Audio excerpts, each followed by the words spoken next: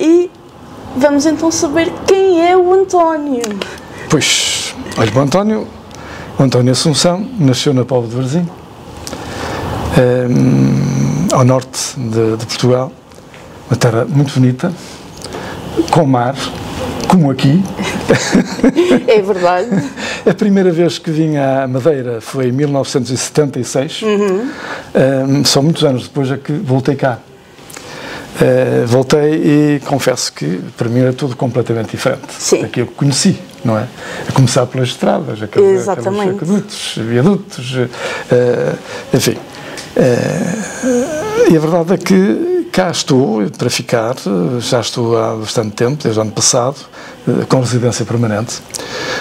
E pronto, e é que sim, espero, a idade já não acompanha para fazer grandes aventuras, para andar sempre lá e cá. Mas isto é uma terra muito boa. Sim, tem particularidades interessantes. Claro que para o turista torna-se muito mais engraçado e bonito aqui. Claro. Para ver, para visitar. Para quem cá está, se calhar já, ao fim dos tempos, perde o encanto. É como a noiva, não é? Quando se casa, os primeiros meses, os primeiros dias ou semanas, de encanto, não é? Depois a seguir já deixa, o encanto perde-se, não é? É um bocadinho isso, não é? Bom, mas de qualquer forma, gosto de cá estar. Embora alguns há partes, mas que isso tem a ver com a organização política até da região, mas esse é outro caso. Mas gosto de cá estar. Gosto de cá estar e devo dizer-lhe que o seguinte, em termos, na minha atividade escrita, tenho encontrado e tenho resultado. Eu tenho sido muito bem recebido em todo lado, para onde tenho andado, e faz-me sentir, não direi feliz, porque a felicidade é uma forma de cada um se expressar, mas sinto-me contente por encontrar essa receptividade da parte de quem organiza as feiras do livro, as bibliotecas também. Não tenho realmente, julgo que cheguei para ficar, porque estou a gostar de cá estar realmente. Muito bem. E como é que surgiu esta... A escrita, começou muito cedo, tenho não sei quando ao certo, apenas sei que teria os meus 16 anos, concorria, naquele tempo chamavam-se os Jogos Florais, hoje são concursos literários, naquele tempo chamavam-se os Jogos Florais, que eram engraçados, e já quase todas as terras havia um concurso desses. Lembro-me que tinha 16 anos, que concorri com uma menção honrosa. Já é alguma coisita, mas a verdade é que continuei sempre a escrever. A minha profissão não me dava para muita margem para me dedicar, mas fui escrevendo sempre, em jornais, em revistas, e escrevendo sempre, nos artigos de opinião, sobretudo, e alguns assuntos históricos também. Gostava das pesquisas, não é? E isso está também estampado nos meus livros. Essa forma de pesquisar coisas, não é? Com interesse. Está relatado e retratado também nos meus livros. E o seu género mais... Não, eu gosto muito de escrever as histórias, de escrevê-las. Pronto. Não gosto de abreviar, como, por exemplo, a poesia.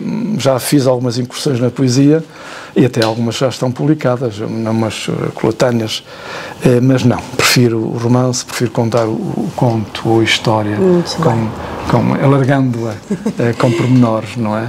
E temos aqui... Temos o resultado neste momento, que há outras coisas que estão para serem publicadas, mas que aguardo a vez para que isso aconteça. Começaria talvez pelo Espada Arrasto, fazendo esta viagem para estes 4 livros. Espada Arrasto resulta de uma história terrível, que o povo chama-lhe uma lenda, em Santo Tirso, que é onde eu residi muitos anos. Então, contar em breves palavras a história de um militar que, depois da Guerra Civil em Portugal, depois de 1834, que então foi para Santo Tirso por condições muito particulares, que estão relatadas no livro, que, entretanto, lá não morreu lá, não se sabe, mas contavam-se histórias de arrepiar, que eram normalmente histórias que eram as mulheres cuidavam dos filhos e diziam, não passes por ali, que senão vem o Espada Arrasto, enfim, metias medo às crianças. Mas a verdade é que esse medo é infundido também nos adultos, e eles evitavam passar para aquela zona, não é? E está isto bastante retratado, com muitos factos históricos. Depois disso, tivemos também uma outra coisa, que é Como Ondas do Mar, que são os contos que têm relacionado muito da minha vivência, da minha juventude, na Póvoa de Varzim, onde eu nasci. Tanto assim que tem algumas particularidades que talvez fossem interessantes se tivéssemos tempo. Mas pronto, que mereceu esse conto, mereceu o prémio Correntes Escritas em 2021, como nós sabemos é o maior evento das línguas ibéricas, não é? Em 2021, portanto foi vencedor com esse livrinho. Depois disso temos este Traquinices do Quincas no Telejornal, porque as circunstâncias da vida levaram-me até à Vila de Lousã, até ao centro do país. Depois já lá estava há algum tempo. A minha relação com a responsável da biblioteca levou-me a que uma organização, uma associação, melhor dizendo, de doenças raras, uma criança, começou por aí, para a filha de uma dessas pessoas, tinha uma doença rara contra ele, e depois, pronto, criou essa associação e que me convenceram a escrever uma história para crianças. Eu escrevi essa história infanto-juvenil, e que, na verdade, só na apresentação e todo o produto da venda foi todo para essa associação. O facto é que na apresentação foram todos, aquelas centenas de livros. Pois. Entretanto, chegou uma segunda edição, e que na zona de Coimbra foi vendido e eu não tive a preocupação de andar a tentar colocar o livro fora daquela zona, porque toda a história se resume ou é vivenciada na Serra da Lousã propriamente. Há a Vila de Lousã em baixo e a Serra. Sim.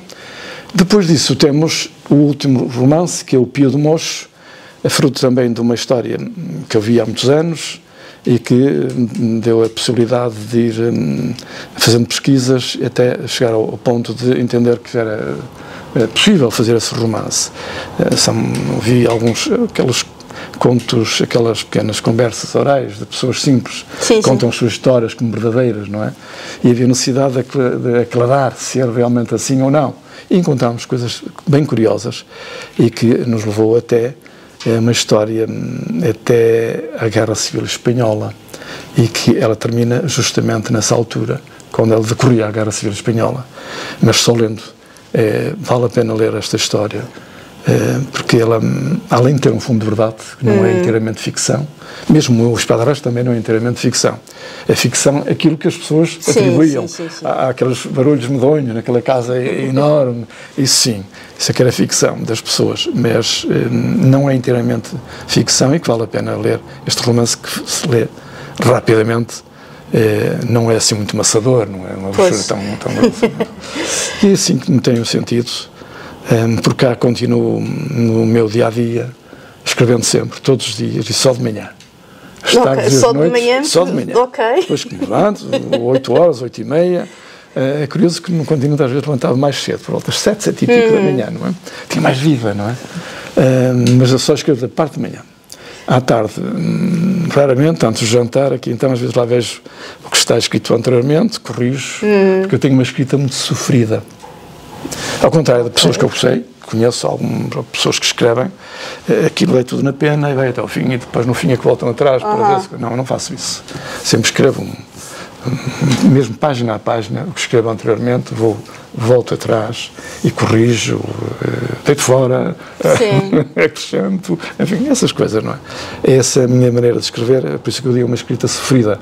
Só sai da minha mão quando de facto estiver mesmo em condições, sem ser necessário estar, enfim, a corrigir, e eu tenho esse cuidado, sem ter necessidade que outras pessoas me lembrem que a necessidade de corrigir, que mas toda a gente faz, não é?